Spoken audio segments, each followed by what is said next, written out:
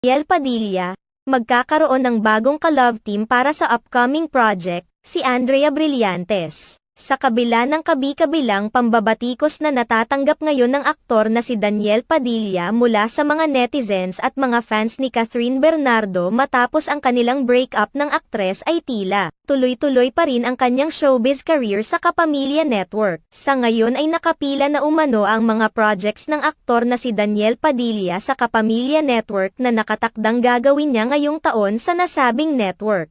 Samantala, sa kamakailang Instagram post ng aktor makikita ang mga larawan na tila kuha mula sa Japan dahil sa isang larawan kung saan makikita ang Mount Fuji. Marami naman ang naghinala na baka naroon ngayon ang aktor sa bansang Japan, subalit ayon sa isang kakilala ni Daniel Padilla ay wala pa roon ngayon ang aktor pero pupunta ito roon soon.